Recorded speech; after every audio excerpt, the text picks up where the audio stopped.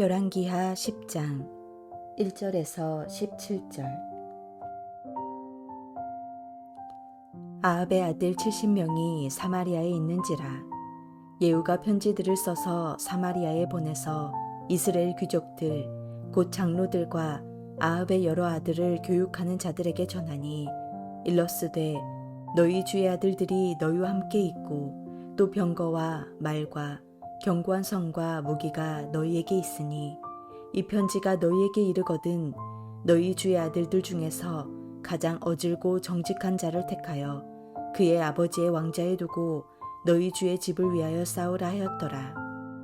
그들이 심히 두려워하여 이르되 두 왕이 그를 당하지 못하였거든 우리가 어찌 당하리요 하고 그 왕궁을 책임지는 자와 그 성읍을 책임지는 자와 장로들과 왕자를 교육하는 자들이 예후에게 말을 전하여 이르되 우리는 당신의 종이라 당신이 말하는 모든 것을 우리가 행하고 어떤 사람이든지 왕으로 세우지 아니하리니 당신이 보기에 좋은 대로 행하라 한지라. 예후가 다시 그들에게 편지를 붙이니 일러스되 만일 너희가 내 편이 되어 내 말을 너희가 들으려거든 너희 주의 아들 된 사람들의 머리를 가지고 내일 이맘때에 이스라엘에 이르러 내게 나아오라 하였더라.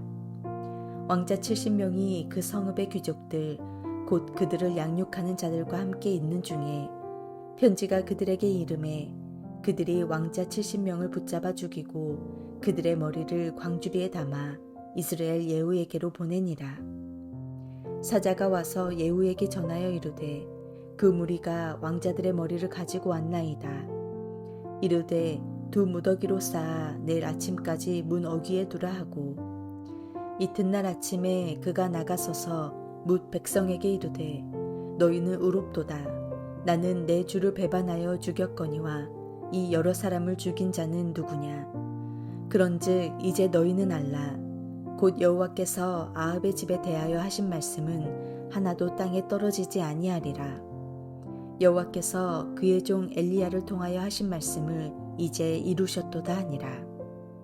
예후가 아합의 집에 속한 이스라엘에 남아있는 자를 다 죽이고 또 그의 귀족들과 신뢰받는 자들과 제사장들을 죽이되 그에게 속한 자를 하나도 생존자를 남기지 아니하였더라. 예후가 일어나서 사마리아로 가더니 도중에 목자가 양털 깎는 집에 이르러 예후가 유다의 왕 아하시아의 형제들을 만나 묻되 너희는 누구냐 하니 대답하되 우리는 아하시아의 형제라. 이제 왕자들과 태우의 아들들에게 문안하러 내려가노라 하는지라. 이르되 사로잡으라 하매 곧 사로잡아 목자가 양털 깎는 집 웅덩이 곁에서 죽이니 42명이 하나도 남지 아니하였더라.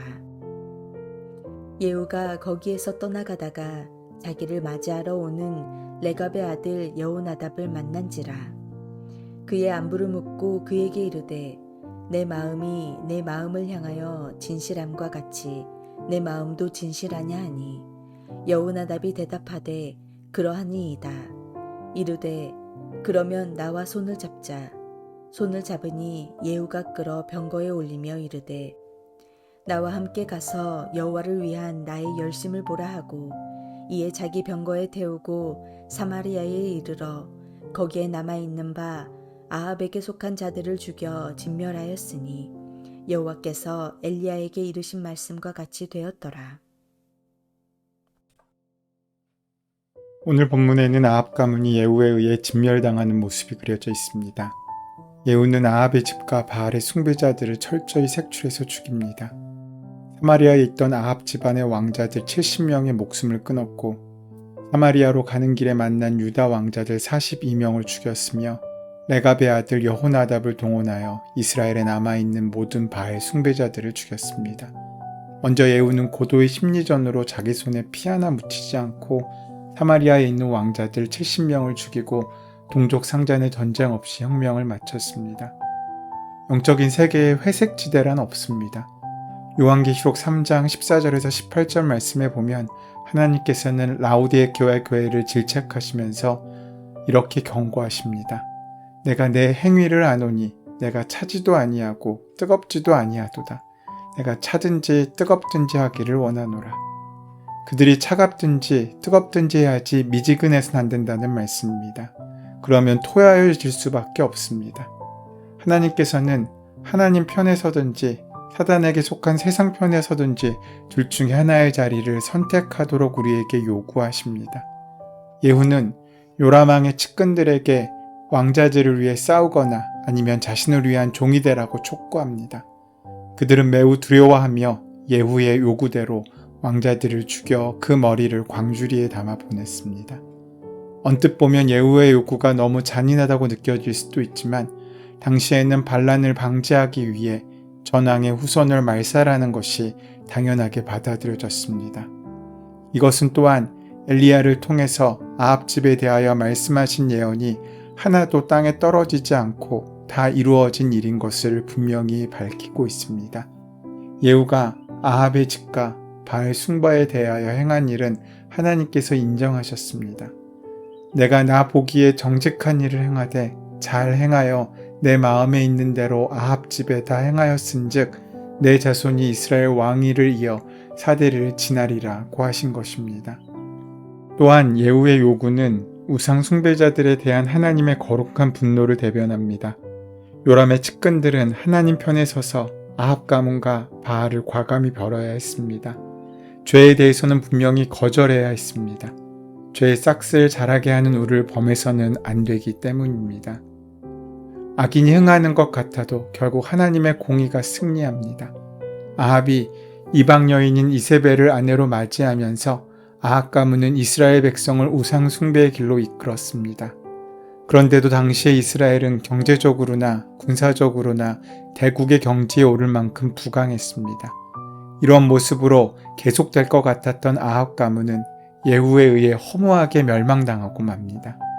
엘리야를 통해 선포된 하나님의 말씀이 정확히 성취되어 아합 가문에 속한 자는 하나도 남지 않게 되었습니다.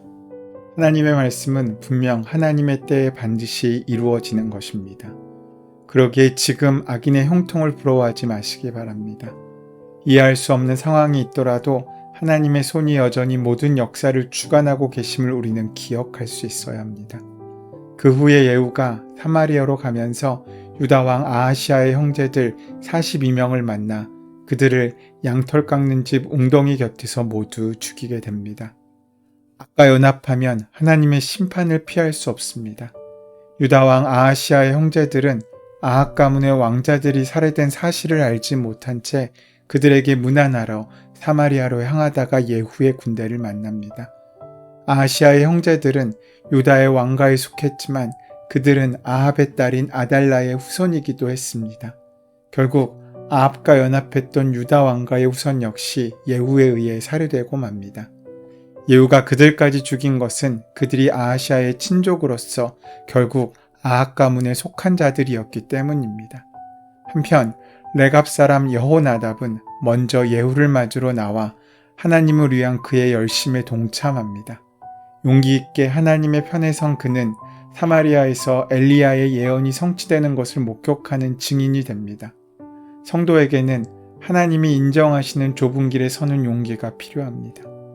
예후가 계속 사마리아로 가다가 자기를 맞이하러 오는 레갑의 아들 여호나답을 만나 그의 마음을 얻고 그의 손을 잡아 자기의 병거에 태운 후에 사마리아에 가서 아합에게 속한 남은 자들을 다 죽였습니다.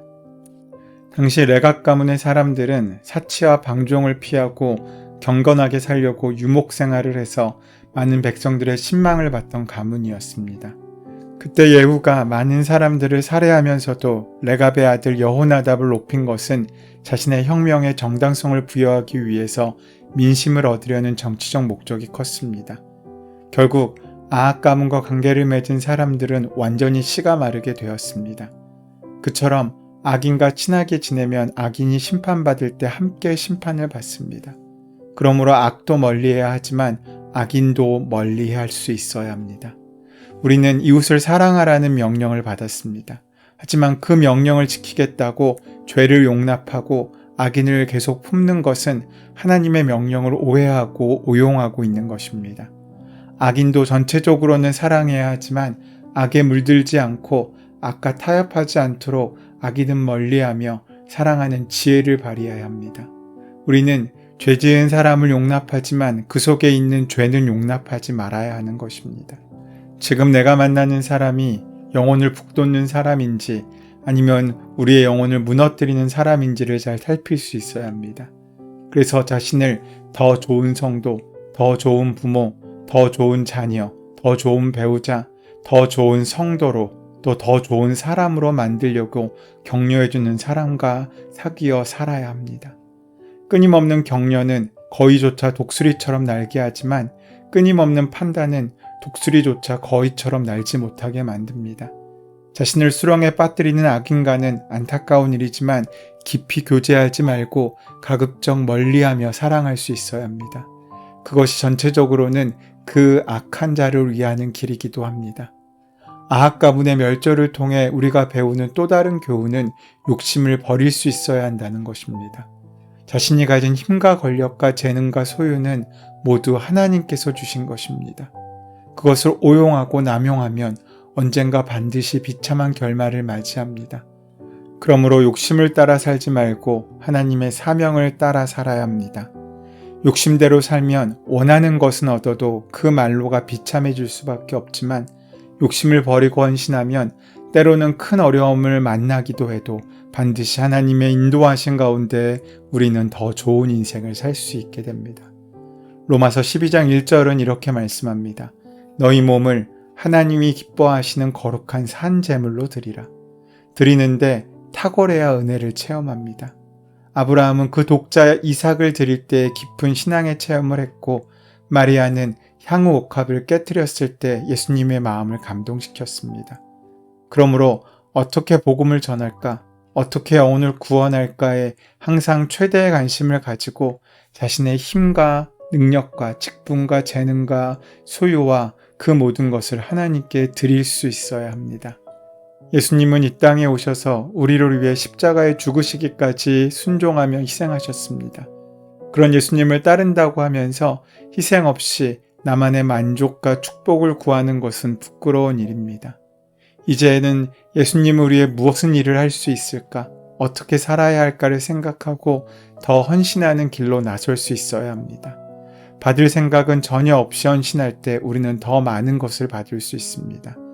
행복하게 살려면 욕심을 버릴 수 있어야 합니다.